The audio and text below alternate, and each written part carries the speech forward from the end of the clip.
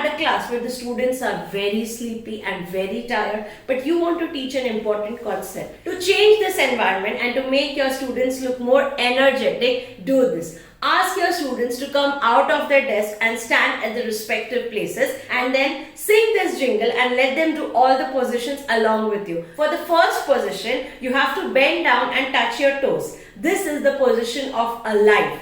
For the next position, you have to bend down and touch your knees. This is the position for awake. And then you have to keep your hands on your waist. This is for alert. And lastly, you have to take your hands on your shoulders and then stretch them out just like you do when you wake up in the morning. Now, you just have to follow my song and do the positions. I'm alive, awake, alert, enthusiastic. I'm alive, awake, alert, enthusiastic. I'm alive, awake, alert. I'm alive, awake, alert. I'm alive, awake, alert, enthusiastic. It did make you energetic, now the same will happen in your classroom as well. Do give it a try and follow Teacherpreneur for more such videos.